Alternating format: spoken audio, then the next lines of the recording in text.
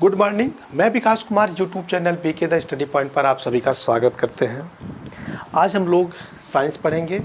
Science में हमारा ये दूसरा चैप्टर है जिसका नाम है न्यूट्रिशन इन एनिमल।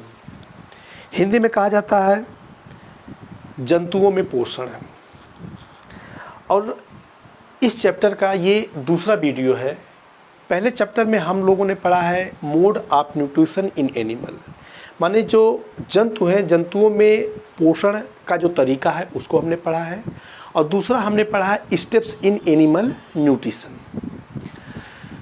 तो जो मोड ऑफ न्यूट्रिशन है एनिमल में, वो चीज़ आप पहला वीडियो ज़रूर देख लीजिए, क्योंकि उसमें साफ साफ बताया गया है कि जो जंतु हैं वो अपने लिए अपने फूड को वो नहीं बना पाते हैं। वो निर्भर किस पे होते हैं?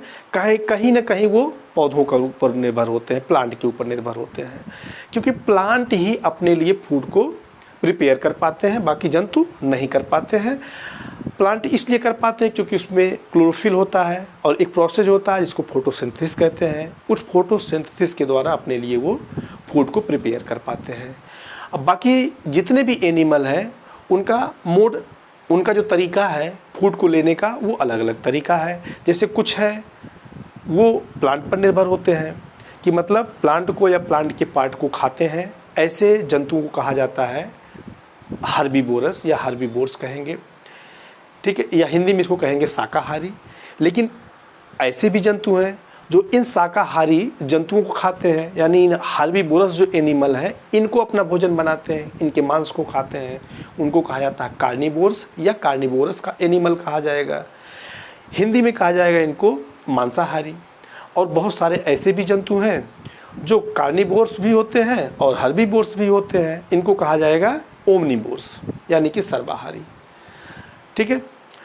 और इनका जो स्टेप है भोजन लेने का, लेकिन इसके अलावा आप जानते हैं बहुत सारे हैं जो पैरासाइट्स भी होते हैं, सेप्रोफाइट्स भी होते हैं, है ना, तो वो भी है। तो सब जंतुओं का अलग अलग मोड है फूड को लेने का, ठीक है ना। तो लेकिन स्टेप भी इनका है अलग तरीक़ा से। जैसे आप अपने आप को रख लीजिए या हमको रख लीजिए, मनुष्य को, कि हम लोग क्या करते हैं। सबसे पहले जो फूड है, फूड को हम क्या करते हैं, इंजेक्शन करेंगे। इंजेक्शन मतलब होगा कि हम अंतर्ग्रहण करेंगे। जैसे फूड पार्टिकल है उसको अपने माउथ में हम जैसे ही डाल लेंगे तो उसी कहा जाएगा इंजेक्शन, इंजेक्शन, ठीक है। लिखते जाएं या तो इंजेक्शन, ठीक है।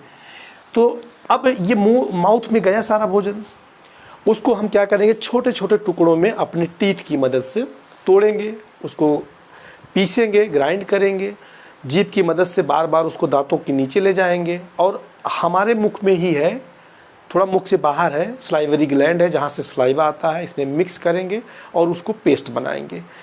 यहाँ तक हुआ इंजेक्शन। अब जैसे ही ये चला गया यहाँ से आइसोफेगस से होते हुए पहुँच गया स्टमक में। स्टमक में क्या, मुख में ही डाइजेशन का काम शुरू हो जाता है, क्योंकि लार जब इसमें मिक्स होता है तो यहाँ से ही क्या होगा, फूड डाइजेशन, इसका फूड का जो है स्टार्ट हो जाता है। अब दूसरे नंबर पर आ गया डाइजेशन, है ना। और ये स्टमक में जाते जाते डाइजेस्ट हो गया। अब वहाँ से कहाँ गया, इंटेस्टाइन में। इंटेस्टाइन में भी डाइजेस्ट होता है। डाइजेशन होने का क्या मतलब होता है? डाइजेशन होने का मतलब जो बड़ा बड़ा कंपाउंड है फूड पार्टिकल है उसको छोटे छोटे टुकड़ों में तोड़ देना, ठीक है ना। जैसे जो भी कॉम्प्लेक्स ऑर्गेनिक कंपाउंड है उसको क्या करेगा, ब्रेक डाउन करके सिंपल सॉल्युबल मॉलिक्यूल्स में कन्वर्ट करना ही होता है डाइजेशन। तो जो बड़े बड़े पार्टिकल है उसको छोटे छोटे पार्टिकल में ये तोड़ देता है। तोड़ने के बाद इसका हो गया डाइजेशन। अब ये पहुंचेगा इंटेस्टाइन में। इंटेस्टाइन में भी टूटता है, वहाँ भी डाइजेशन होता है। डाइजेशन प्रक्रिया समाप्त होने के बाद ये ऑब्जर्व होगा। एब्जॉर्ब मतलब कि यहाँ तीसरे नंबर पर आ जाता है एब्जॉर्प्शन आता है। क्या आता है? एब्जॉर्प्शन, ठीक है। इसका मतलब होता है अवशोषण। अब ये एब्जॉर्ब होकर कहाँ जाएगा, जो ब्लड है ब्लड में चला जाता है, छोटा छोटा जो फूड पार्टिकल है वो चला जाएगा ब्लड में। अब ब्लड से कहाँ पहुँचेगा, आर्गन में पहुँचेगा, आर्गन से टिश्यू में पहुँचेगा, टिश्यू से कहाँ पहुँच जाएगा, सेल्स में पहुँच जाएगा। सेल्स पहुँचने के बाद जो प्रोसेस होता है वो एसिमिलेशन का होता है, एसिमिलेशन, ठीक है ना। इसका मतलब है जब ये फूड पार्टिकल है, जैसे कार्बोहाइड्रेट है, कार्बोहाइड्रेट कैसा है, कार्बोहाइड्रेट कॉम्प्लेक्स ऑर्गेनिक कंपाउंड है। अब वो कन्वर्ट हुआ शुगर में। शुगर का मतलब शुगर है, हम कहें ग्लूकोज कहें, सिंपल शुगर या ग्लूकोज में कन्वर्ट हो जाता है। तो ग्लूकोज क्या होता है, ये सिंपल सॉल्युबल मॉलिक्यूल हो जाता है, यानी कि डाइजेस्ट हो चुका है। तो ये पहुंचा है सेल में। सेल में इनका होता है ऑक्सीडेशन। ऑक्सीडेशन होने के बाद जो भी ऊर्जा मिलती है उससे हम लोग काम करते हैं।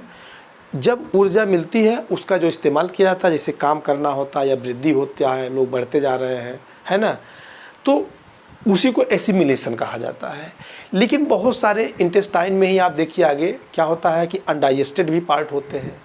वो अनडाइजेस्टेड पार्ट क्या होता है, धीरे धीरे जो एनस है, एनस के रास्ते से बाहर निकल जाता है, जिसको हम लोग कहते हैं, क्या बोलेंगे, ईगेशन कहा जाता है।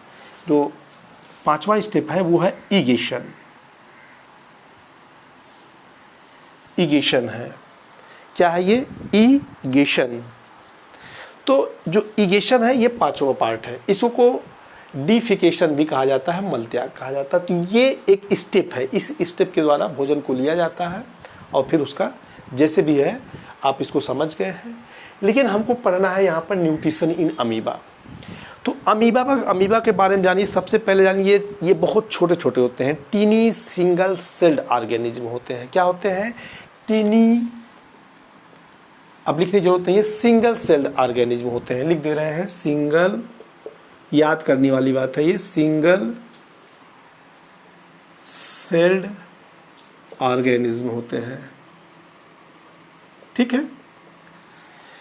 इसके पास ना तो माउथ होता है ना तो एनस होता है, क्योंकि पूरे प्रक्रिया में माउथ से शुरू होता है, एनस में समाप्त होता है।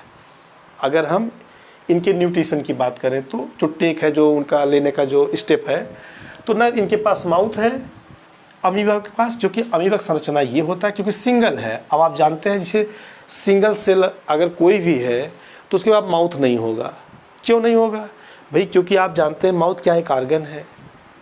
एनस से लेकर के किडनी, लंग्स, हार्ट, सब क्या है, आर्गन्स है। और आर्गन्स के लिए किसकी ज़रूरत पड़ती है, टिश्यू की ज़रूरत पड़ती है, बहुत सारी टिश्यू की ज़रूरत पड़ती है। और टिश्यू बनने के लिए किसी ज़रूरत पड़ती है, सेल की, बहुत सारी सेल की ज़रूरत पड़ती है।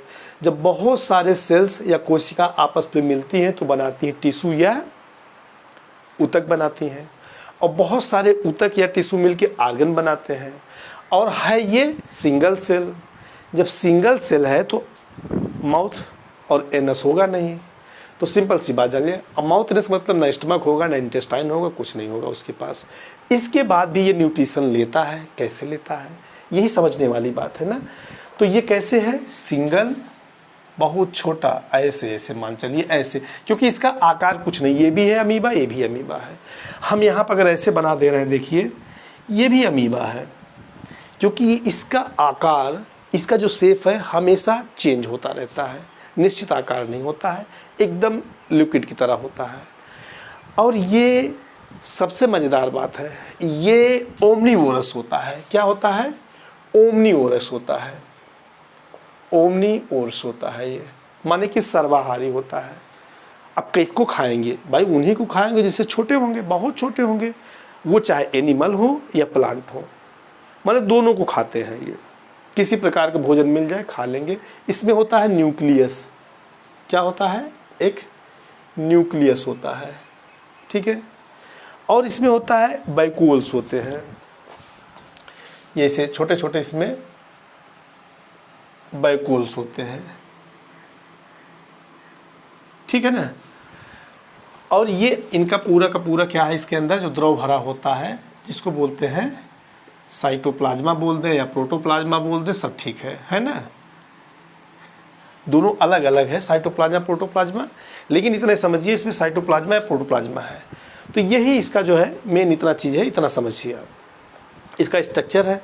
अब बताइए ये कैसे भोजन करेगा, इंजेक्शन करेगा। प्रश्न यहाँ उठता है ना भाई, अगर ऑर्गेनिज्म है, जीव है, तो उसको भोजन की जरूरत पड़ेगी।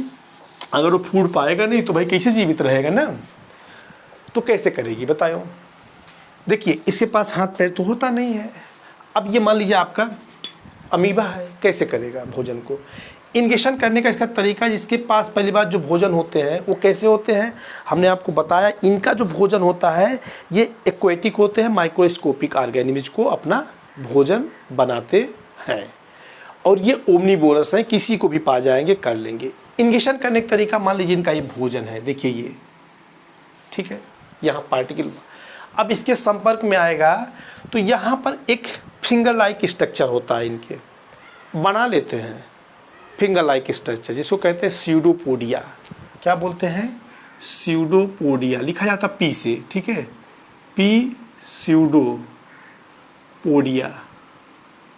ठीक है। ये है प्लूरल, सिंगुलर में इसको कहा जाता है स्यूडोपोडियम। क्या बोलते हैं? स्यूडोपोडियम। ध्यान दीजिएगा, ये लिखा जाता पी स्यूडोपोडिया या पी स्यूडोपोडियम, लेकिन पढ़ा जाता है स्यूडोपोडिया या स्यूडोपोडियम। स्यूडोपोडियम सिंगल है, सिंगुलर है ये, और स्यूडोपोडिया जो क्या होता है, प्लूरल होता है, ठीक है ना, इसमें पी साइलेंट होता है। तो यहाँ पर अब ये कहेंगे इसका मतलब क्या होता है? इसका मतलब होता है फॉल्स फुट, माने कि झूठा पैर। समझ रहे हैं ना, सच्ची में नहीं होगा, झूठा होता है, ये चलता रहता है। जैसे यहाँ फूड पार्टिकल आया इसके संपर्क में, तो यहाँ से ऐसे है ना, तो ऐसे अपने आप हो जाएगा, देखिए ऐसे निकल जाएगा ये, ठीक है ना, ऐसे हो जाएगा। और धीरे धीरे धीरे क्या करेगा, ये बढ़ता जाएगा। अब बढ़ता जाते मतलब ऐसे आ जाएगा, फिर यही बढ़ते बढ़ते पता लगा ऐसे आ गया, समझ रहे हैं ना। और फिर आगे बढ़ करके क्या हुआ, ये इससे जुड़ गया। अब ये जो है किस में चला गया, यहाँ एक घेरा आ गया फूड वैक्यूल्स में, ठीक है ना, जो फूड है चला गया फूड वैक्यूल्स में। अब यहाँ से क्या होगा, एक एंजाइम निकलेगा, एक डाइजेस्टिव जूस निकलेगा या डाइजेस्टिव एंजाइम निकलेगा, इस पे यहाँ पे सिक्रेट करेगा। अब धीरे धीरे क्या होगा, ये डाइजेस्ट होना शुरू हो जाएगा। और डाइजेस्ट हुआ पार्ट जो है, जो पदार्थ है वो कहाँ होगा, जैसे हम लोग के ब्लड में जाता था, तो ये कहाँ चला जाएगा, इसमें चला जाएगा, फिर साइटोप्लाज्म में चला आएगा ये, ठीक है ना। तो यहाँ पहले क्या हुआ, कैसे किया, इंगेशन किया, ये पहला काम हो गया इंगेशन। समझ में आई बात? कैसे किया, इसके पास जो फॉल्स फूड है जिसको हम कहते हैं स्यूडोपोडिया, इनके द्वारा ये अपनी जो भी शिकार है, अपना जो भोजन है उसको ये कैप्चर करेगा, ट्रैप कर लेगा।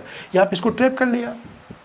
और फिर दूसरा नंबर आ गया डाइजेशन। डाइजेशन कैसे होगा, डाइजेशन यहाँ से साइटोप्लाज्मा जो है, यहाँ से ही डाइजेस्टिव जूस इस पर सिक्रेट होगा, इस पर स्रावित होगा।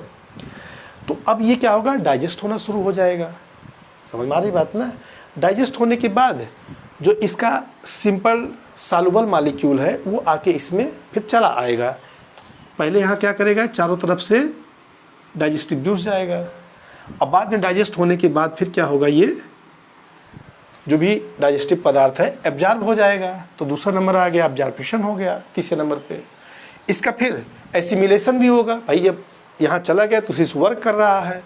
और आखिर में जो बचता है इगेशन, तो फिर ये जो फॉल्स फूड है अपने आप ऐसे क्या करेगा, इसको धीरे धीरे जो है सिकुड़ते चला जाएगा इससे से, और अंत में पता लगा इसको छोड़ दिया बाहर। तो इसका इगेशन हो गया। तो ये आप शायद समझ चुके हैं। इसमें इतना ही है, अगर इससे ज़्यादा डिटेल पढ़ना है अगले क्लास में आप पढ़ेंगे। क्लास 7 में के लिए ये पर्याप्त इतना है, जितना आपके बुक में मैं उतना ही समझा रहा हूँ। तो जो हमारा अमीबा है, अमीबा कैसे भोजन को लेता है, कैसे डाइजेशन करता है, कैसे एब्जॉर्प्शन होता है, कैसे एसिमिलेशन होता है, कैसे इनका इगेशन होता है, ये सब इसी तरह होता है। और इनका निश्चित आकार होता नहीं, बहुत छोटे होते हैं ये अपना भोजन, जो जलीय होते हैं, छोटे छोटे ऑर्गेनिज्म होते हैं, उनको अपना भोजन बनाते हैं, अपना शिकार बनाते हैं। बस इसमें इतना ही। ये वीडियो आपको कैसे लगा कमेंट करके बताएं। धन्यवाद।